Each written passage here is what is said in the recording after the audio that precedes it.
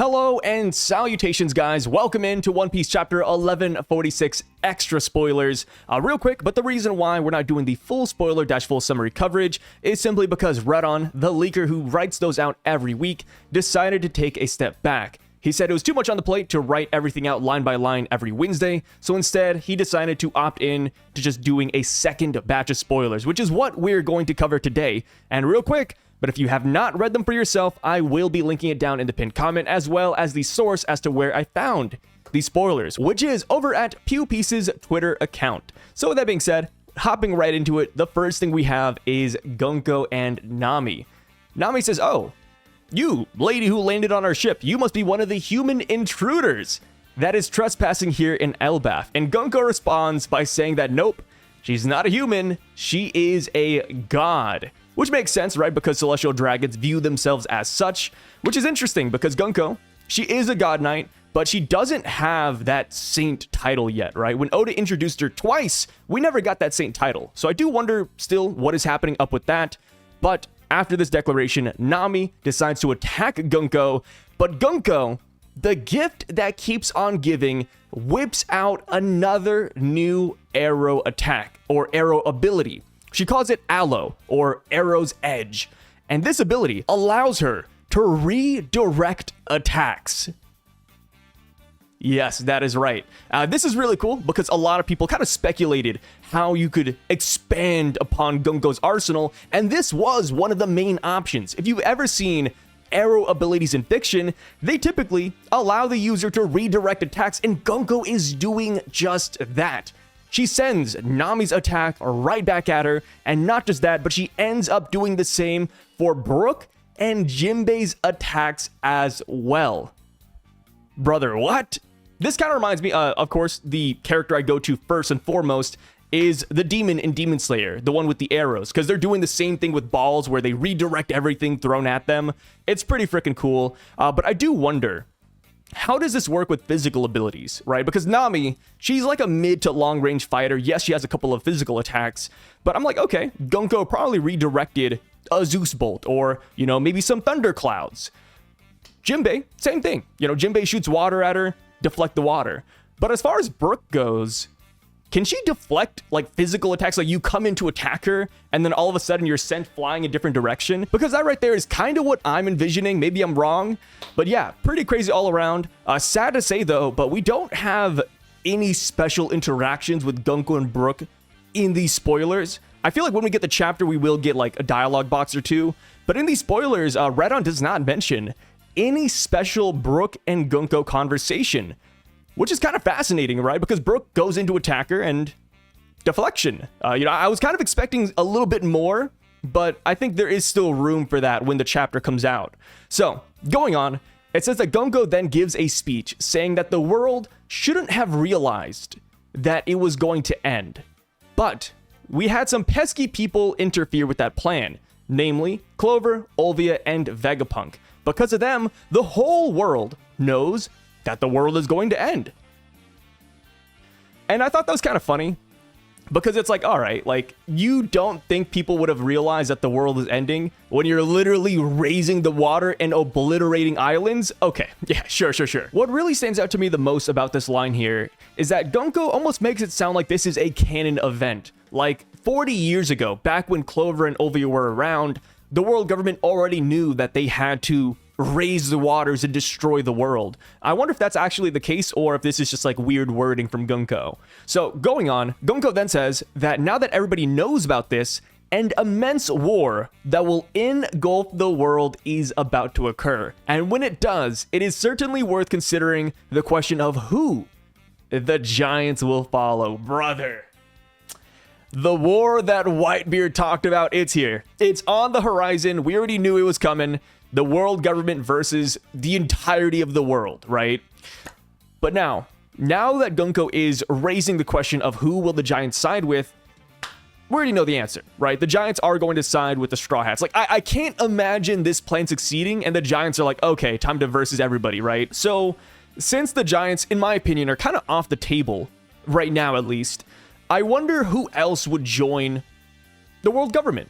right? It seems like they are trying to gather allies to an extent. The Giants make sense because they are like the strongest fighting force out there by race. So outside of the Giants, like, are they going to try to recruit the Fishmen? Are they going to try to get more warlords under their belt? I put that in quotation marks because that feels a little bit weird since they just dismantled the Shichibukai system. So getting them back under their belt seems like really odd. But yeah, it looks like the world government is egging for some new combatants, and the Giants are just their first pick. But outside of them, though, who do you guys think the government will try to recruit? In my opinion, I think this is the perfect spot for Blackbeard to try to slip his way in. Like, hey, the Giants didn't join you? What about one of the Yonko crews? I could totally see that happening. And then, of course, Blackbeard is Blackbeard, so he might betray them. Or maybe because he's so keen to betraying people, the government doesn't want to take him in. I could also see that being the case.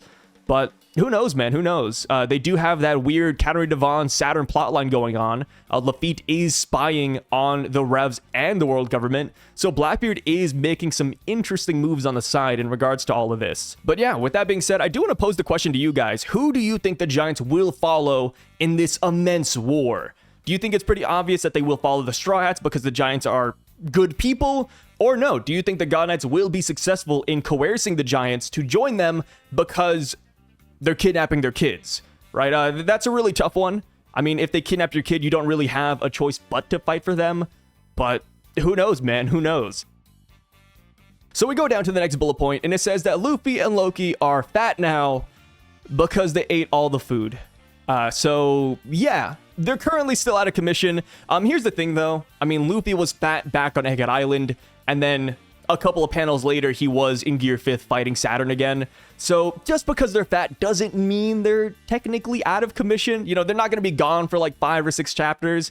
But either way, I do find it a little bit unfortunate that they're not up in the Sun Realm, because the God Knights are running rampant, right? The Nightmares are running rampant. They are winning up there. So with that being the case, I kind of wish the Monster Trio and Loki were fighting, because the God Knights, like I said, the God Knights are winning. They're looking really good power-wise. With that being said, I do wish I could compare them to Luffy, Zoro, and Sanji, right? Like, oh yeah, they're strong, but how strong are they compared to the Monster Trio, right? Like, it's one thing to beat Nami. It's one thing to beat Usopp, but it's another thing to beat Luffy, Zoro, and Sanji, right? Like it's night and day, really, in my opinion. But yeah, like I said, I don't think they're going to be out of commission for too long, especially with how things are going. Like, surely they can sense what's happening? Maybe? I don't know. So, the next thing we get is that Killingham has successfully defeated Kiba and Ange at Walrus Academy, and he is preparing to broadcast a message.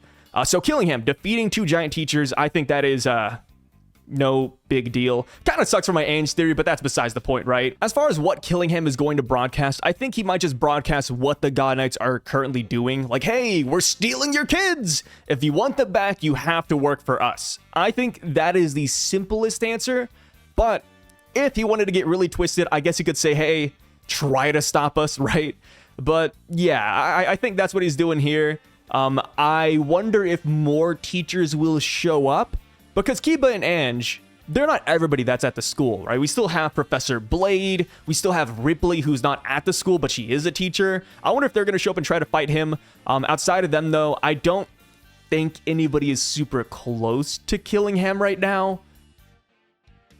So now, on to the next battlefront, but we see that Saul has been gravely injured by St. Somers. You know, Saul stood no chance. He's about to fall unconscious, but before he does, he whispers to Robin and Chomper, who are currently hiding in his hair, to stay hidden. Do not make a move. Do not leave. Wait for your chance to free the children instead. And that's interesting. I wonder why Robin and Chomper didn't intervene and help Saul to fight St. Somers. Because last we saw, Robin and Chomper were already in his hair, so that must mean that they were there when Saul was getting rocked, right? Like, Saul was fighting Somers, and Robin and Chopper just hid? I don't know. A little bit strange, in my opinion. I feel like Robin would have wanted to step in and try to help Saul, but maybe that's just me. But yes, Robin and Chopper are now on kid-saving duty, and I wonder how well this is going to work. Because it's not like Somers is going to lug Saul's body around, right? It's not like Saul is being kidnapped. They only want to kidnap the kids right now. So I'm kind of curious to see how this is all going to go down. But yes, having Robin and Chopper on the kid duty, I think makes sense to an extent. Robin, mainly because of her devil fruit. I could easily see Robin just picking up the kids and throwing them in the back if Somers doesn't have his thorn ability active. But yeah, I'm curious to see how that's going to turn out. And lastly, we get some dialogue from Somers, who says, wow, a school? A library? You giants are warriors. What the hell are you doing? You guys are going to become our mercenaries. Damn you, Harold. You are messing up bad, or you messed up badly. And it's like, damn, I wonder what Harold was doing. Harold is such a strange character. I feel like every chapter we get here on Elbaf where they mention Harold, I kind of flip-flop on how I feel about him. You know, one minute I'm like, oh, he sounds like a bad dad. And the next minute you see him hugging Hardin and Loki, and he's like, oh, you are my sons. And it's like, okay, maybe he's a good dad. And then we got revealed to his portrait and he's mean mugging the camera, and it's like, okay, he looks evil. And then the next minute he does something where it's like, oh, maybe he's a good guy. Like, I just don't know how I feel about him. But it does look like him and the world government, or maybe even the God Knights, had some sort of plan in the past, and Harold betrayed their wishes or their intentions. I don't know. I mean, it's just awkward because it feels like Somers and Harold and even Shamrock and Harold, like they all knew each other, right? Of course, this goes back to how the Holy Knights initially came here to Elbaf. They spawned in the throne room as if they've been there before. So I'm not too sure how I feel about Harold. He's a really odd character, and I genuinely can't wait for Oda to give us the King Harold backstory, because he feels like a guy who's dipping his toes in a lot of ponds, so to say, right? He's got a pond here with Mother Carmel, maybe even Roxy Zebek because he came here to Elbaf. You know, he's got Loki and Hardin's mom. He then has the school and, you know, Saul and all of them. And then he has the Godites on the nether end. It's like, bro, what is Harold doing? Like, whose team was Harold on? Was he pro Elbaf, pro world government? Was he both sides? I'm not too sure, brother. But with that all being said, let me know what you guys thought about the extra spoilers down below. What are your thoughts coming off of this? And also, one thing I do want to mention, I've seen this camp kind of growing in the comments section, so I do want to address it. But Gunkko's regeneration, we didn't talk about it in these extra spoilers because he mentioned in the brief spoilers already, but I've seen some people saying that maybe Gunkko is not regenerating and it's just her arrow no mi. I could see a reality where that's the case, but Redon the leaker hasn't said anything about that in the past 2 drops, so I'm just going to assume it's Gorosei regeneration. I feel like if it was her arrow no mi, he would have specified at least or mentioned it. So until we see otherwise with the chapter release, I'm just going to believe that it is the Gorosei regeneration. And as far as Gunkko and the God Knights being a regeneration merchant, yes, that is a little bit unfortunate, but I feel like the minute we find a way around the regeneration, they will still be heavy fighters. I don't think having regeneration necessarily makes them weak. They're only weak if they just take blows willy-nilly and start bleeding like Saturn did, right? But I feel like the God Knights will be a very different story, or at least that's how I feel right now. Again, I would like to pass the question on to you guys. How do you feel about the God Knights? How do you feel about Luffy, Loki, Zoro, and Sanji being out of commission for the time being? I would love to hear all those thoughts down below. And of course, in the next couple of days, we will be going through the comment section and reading what you guys have to say, all your theories, all your comments, and all that good stuff. So feel free to leave that comment so it can be read and shown in that video. But yep, thank you guys so much for tuning into this. Hopefully you enjoyed the extra spoiler drop. I know it's not exactly the full spoilers, but you know, I gotta give it to Redon, man. Doing all of this while having a real life and not really getting anything out of it, I respect it. I really do. But again, I'll catch y'all later. Take care of yourselves and peace out.